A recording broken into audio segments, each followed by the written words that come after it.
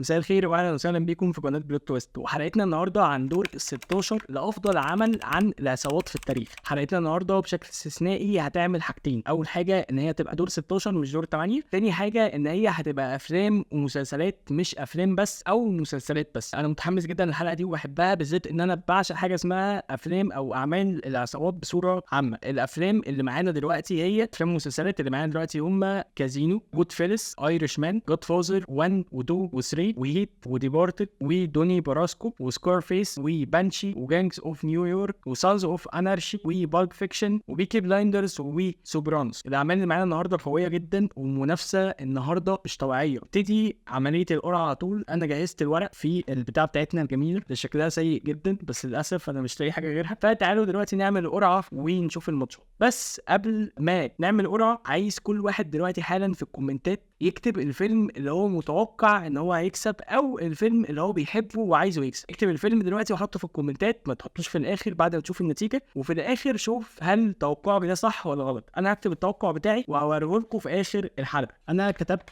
اكتر فيلم او عمل انا بحبه دلوقتي معايا في الورقه دي وهحطها على جنب، وفي اخر الحلقه هوريها. يلا بينا نبتدي القرعه. اول ورقه هيبقى في اول ماتش في دور ال 16 هو فيلم بالب فيكشن. هيلاعب اللي هيكون في الورقه اللي جايه هو الفيلم اللي هيلاعب فيلم بالب فيكشن في اول ماتش جامد قوي، ماتش جامد قوي في اول ماتش. الماتش ده جامد قوي. الفيلم التاني هيلاعب بالب فيكشن هو كازينو. الماتش التاني معانا في منافسات دور ال 16 بانشي هو تاني ماتش معانا. بانشي هيلاعب مسلسلين هيلعبوا بعض، بيكي بلايندرز ماتش حلو قوي ومتكافئ، مسلسلين هيلعبوا بعض شايفه لذيذ. بعد كده الماتش التالت اول فيلم فيه هو سانز اوف انارشي، مسلسل لذيذ هيلاعب دوني براسكو حلو. الماتش الرابع معانا هو اول فيلم فيه جود فازر 3. جود فازر 3 هيلاعب ديبورتد، ده ماتش حلو. الجهه دي خلصت خلاص، نخش بقى على الجهه التانية واول فيلم فيها هو فيلم هيت.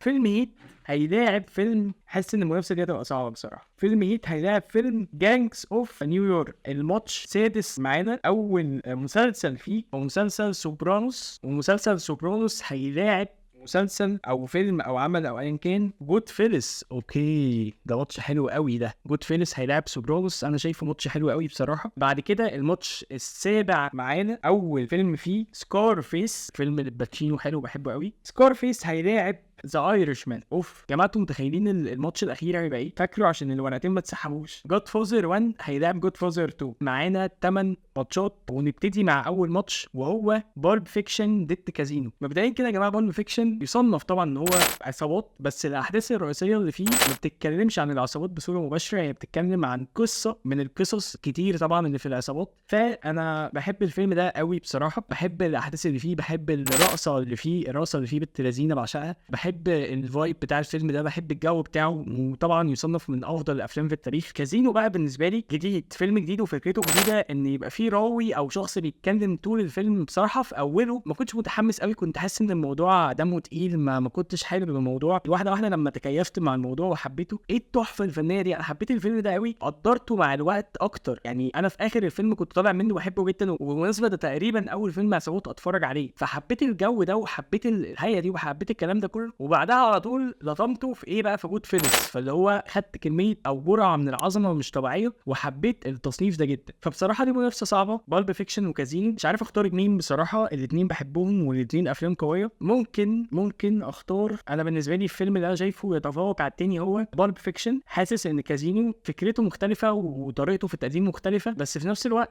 مش نفس كميه او قدر الاستمتاع اللي استمتعته في بالب فيكشن. فبكده فيلم بالب فيكشن هو اول فيلم يتاهل معانا لدور الثمانيه. بعد كده الماتش التاني معانا هو بانشي وبيكي بلايندرز. بانشي مسلسل خفيف طبعا، مش هيتقارن بيكي بلايندرز، مع ان بانشي على فكره مسلسل حلو قوي. اللي ما شافوش يتفرج عليه، في ممثل اللي مثل هوملاندر وفي تمثيل كويس وفي قصه كويسه. هو تقريبا 3 مواسم، كل موسم 6 حلقات، حاجه خفيفه يعني في الخفيف يخلصوا معاك في يومين ولا حاجه. بس طبعا بيكي بلايندرز يا جدعان، بيكي بلايندرز والعلاقه بتاعه توماس شيلبي واخوه ارثر. بيكي بلايندرز مستحيل طبعا مسلسل زي بانشي يكسبه. بيكي بلايندرز هو تاني مسلسل يتاهل معانا لمنافسات دور الثمانيه. ونروح للمباراه اللي بعدها، سانز اوف انارشي ضد دوني براسكو. ده ماتش حلو ومتكافئ. طبعا دوني باراسكو فيلم حلو جدا واسطوري ومن بدايات جوني ديب. بالمناسبه لو انت تعرف جوني ديب الحاجات اللي هو بيعملها، انا بصراحه مش اكتر حد بحب جوني ديب حتى ما شفت الفيلم ده. ببساطه يعني بيتكلم عن العصابات وان شخص بيتوغل جوه عصابه. فيلم خرافي ومش مشهور قوي للاسف، فلو انت ما شفتوش شوف الفيلم ده، فيلم حلو قوي. اديت سانز اوف انارشي. سانز اوف انارشي مسلسل جميل ومسلسل حلو وممتع. في اول موسم فيه ما كانش احسن حاجه، بس بعد كده بيتطور مع الوقت وبتتعلم مع الشخصيات بصوره كبيره. بس بصراحه مش شايف ان هو يتفوق على دوني باراسكو. فبكده دوني باراسكو يبقى ثالث فيلم يتأهل معانا لدور 8. نروح بقى للماتش الرابع وفي نفس الوقت هو الاخير في الجهه دي، وهو جاد فوزر 3 وديبارتد. طيب خلينا متفقين ان جاد فوزر 3 مش اعظم جاد فوزر او فيلم جاد فوزر اتعمل في التاريخ. هو فيلم كويس بس مش اعظم حاجه. هو طبعا عظيم وتحفه اسطوره، بس في نفس الوقت مش افضل جاد فوزر في التاريخ. خلينا متفقين ان في منافسه وتحتمل مع ديبارتد فيلم جميل جدا وفي ممثلين كتير جدا، في ليوناردو دي كابريو، في جاك نيكلسون، في ممثلين كتير. فبصراحه انا حاسس ان في منافسه كويسه. القصه بتاعت ديبارتد حلوه جديده. هو في الاول بصراحه ما كنتش بحب الفيلم ده، مش هضحك عليكم يعني، كنت اللي هو حاسس اللي هو ايه، فيلم دمه تقيل وممل ومش عارف ايه. بس ده زمان، ده قبل ما اتفرج على الافلام واتعمق فيها اكتر كنت بحب الافلام الخفيفه اكتر يعني. فيلم ديبارتد بصراحه فيلم حلو قوي. بس مع جاد فازر 3 انا مش عارف احدد قوي بصراحه. بس احنا معانا 2 جاد فازر كمان، فمش عارف. هو بصراحه بيني وبينكم جاد فازر 3 افضل من ديبارتد. فالفيلم اللي هيتأهل معانا لدور الثمانية هو ديبارتد.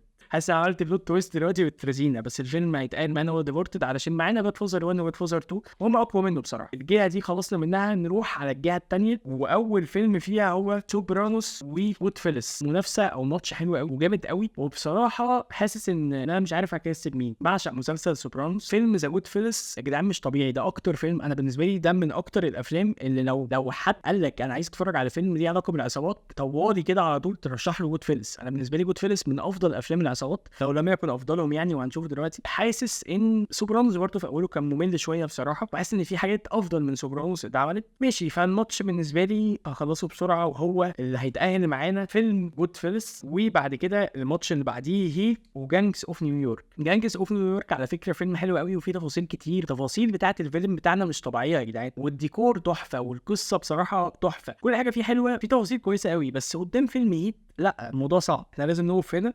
فيلم هيت الباتشينو ودينيرو، والمشهد شهير جدا طبعا بتاع القعده بتاعت الباتشينو ضد دينيرو، والكلام بتاعهم وان كل واحد فيهم مقدر التاني. بس قالوا لبعض اللي هو ايه الجمله بتاعت لو ما كناش كده كان ممكن في يوم من الايام نبقى اصدقاء. فلا ده فيلم اسطوري يا جماعه. ده فيلم جانجز اوف نيويورك بصراحه. لا هيت يكسب ويبقى سادس متاهل معانا لدور 8. وبعد كده نخش على الفيلم اللي بعديه ذا ايرش مان وسكور فيس. طيب انا بحب فيلم سكور فيس قوي ومن افضل افلام الباتشينو طبعا. بس في نفس الوقت ذا ايرش مان يا جماعه انتوا بتقولوا عليه مش فيلم كويس، مش فيلم احسن حاجه وحاجات بالطريقه دي. ذا ايرش مان ماشي، انا متفق معاكم ان هو شويتين ممل، بس يعتبر من افضل افلام العصابات وفي قصه مش طبيعيه حلوه جدا. انا رايي ان اي حد ما كملش الفرجه عليه او اي حاجه بالطريقه دي، لا ارجع له واتفرج عليه واستمتع بيه. ده فيلم خرافي فيه كل الناس اللي احنا بنحبهم، دينيرو والباتشينو وكل الناس. بصراحه ده ماتش صعب وانا مش عايز اخد خطوه اللي هو ايه اكسب حد عشان بحبه وهكذا. بس الاثنين بالنسبه لي متساويين بنسبه كبيره والفيلمين كويسين والقصه بتاعتهم كويسه. هكسب سكور فيس علشان سكور فيس كان في بدايه الباتشينو. فيلم بصراحه خرافي وقصته حلوه قوي وكل حاجه فيه حلوه، وعلاقه الباتشينو مع رئيس العصابه والكلام ده كله لا حلو قوي حلو قوي. نروح بقى على الماتش اللي انا ايه بصراحه كنت خايف منه من الاول، ذا جود فازر 1 وذا جود فازر 2. خلينا متفقين ان ذا جود فازر 1 من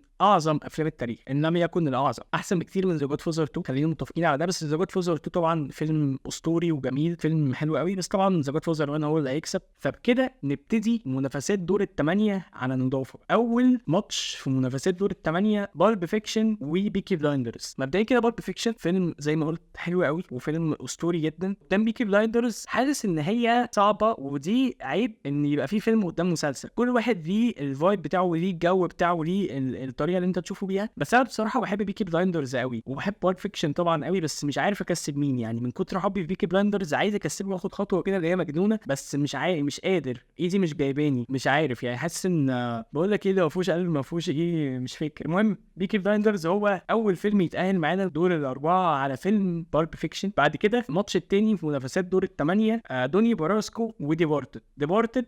فيلم حلو وفيلم جميل، فيلم كل حاجه، بس مش زي دوني باراسكو. لحظه الخيانه واكتشاف الخيانه دي مش طبيعيه. فيلم اسطوري للباتشينو اللي يتأهل معانا هو فيلم دوني باراسكو. فكده ماتش قبل النهائي هيكون بيكي بلايندرز ودوني باراسكو. نروح بقى للجهه الثانيه، هيت وجود فيلز. ده ماتش صعب قوي. هيت فيلم بعشقه ضد جود فيلز. جود فيلز بصراحه معبر عن موضوع العصابات اكتر من هيت كمان. هيت يعني هيت بيتكلم عن العصابات بس مش بصوره زي جود فيلز. جود فيلز هو البيك بتاع افلام العصابات او البيك بتاع سكورسيزي، وبالنسبه لي طبعا هو من افضل افلام سكورسيزي. استنوا حلقه هتكلم فيها عن دور الثمانيه لافضل افلام سكورسيزي قدام. فشايف ان ممكن جود فيلز هو اللي يكسب، يعني شايف ان هي اقرب لجود فيلز من هيت، مع اني بعشق هيت. انتوا عارفين انا بعشق فيلم هيت، انا بالنسبه لي هيت من اعظم الافلام اللي جت في التاريخ. جود فيلز هو يتاهل دور نص النهائي. اخر ماتش معانا في دور الثمانيه ذا جاد فازر 1 ضد سكورفيس. خلينا متفقين سكورفيس فيلم حلو قوي، فيلم حلو قوي قوي قوي، بس قدام ذا جاد فازر 1 برضه نعقل الكلام شويه. ذا جاد فازر 1 والتفاصيل اللي فيه والتحول بتاع الشخصيات والبنى بتاع الشخصيات والقصه الاسطوريه وكل حاجه فيه اسطوريه يا جماعه. مستحيل طبعا سكورفيس يكسبه، فيتاهل معانا لدور نص نهائي او مقابله النهائي فيلم ذا جاد فازر 1. معانا ناحيتين، جهه دوني باراسكو وبيكي بلايندرز، وجهه ثانيه فيها ذا جاد فازر 1 وجود فيلز. طيب نبتدي في الجهه السهله شويه اللي فيها دوني باراسكو وبيكي بلايندرز. طيب مبدئيا كده خلينا متفقين دوني باراسكو فيلم حلو قوي، بس برضه مش بالتقل بتاع مسلسل بيكي بلايندرز. مسلسل بيكي بلايندرز تقيل والتمثيل فيه حلو والقصه والاحداث والشخصيات والتوغل جوه العالم بتاع العصابات برضه في حته تانية يا جماعه. انا بحب بيكي بلايندرز قوي وحاسس ان هي نفس محسومه نسبيا لبيكي بلايندرز. بيكي بلايندرز هو اول عمل يوصل معانا لنهائي افضل فيلم او مسلسل عصابات في التاريخ. والجهه الثانيه ماتش جود فازر 1 وجود فيلز. ماشي جود فازر 1 خلينا متفقين ان هو افضل افلام التاريخ، من افضل 5 افلام في التاريخ. وجود فيلز برضه بالمناسبه بالنسبه لي من افضل 5 افلام في التاريخ. منافسه مش هقول ان هي مش محسومه، هي بنسبه كبيره هي مش محسومه بصراحه. انا بحب جود فيلز، اتفرجت عليه اكتر من ذا جود فازر. يعني بالنسبه لي انا بحب جود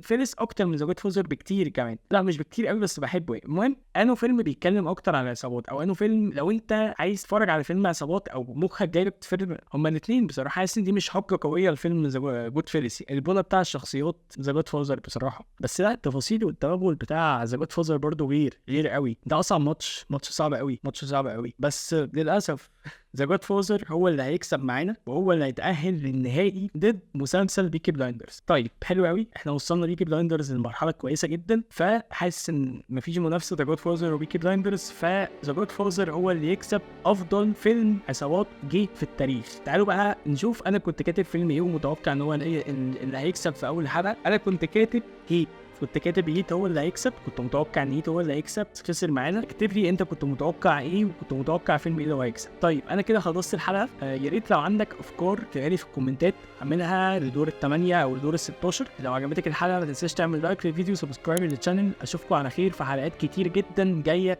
وسلام.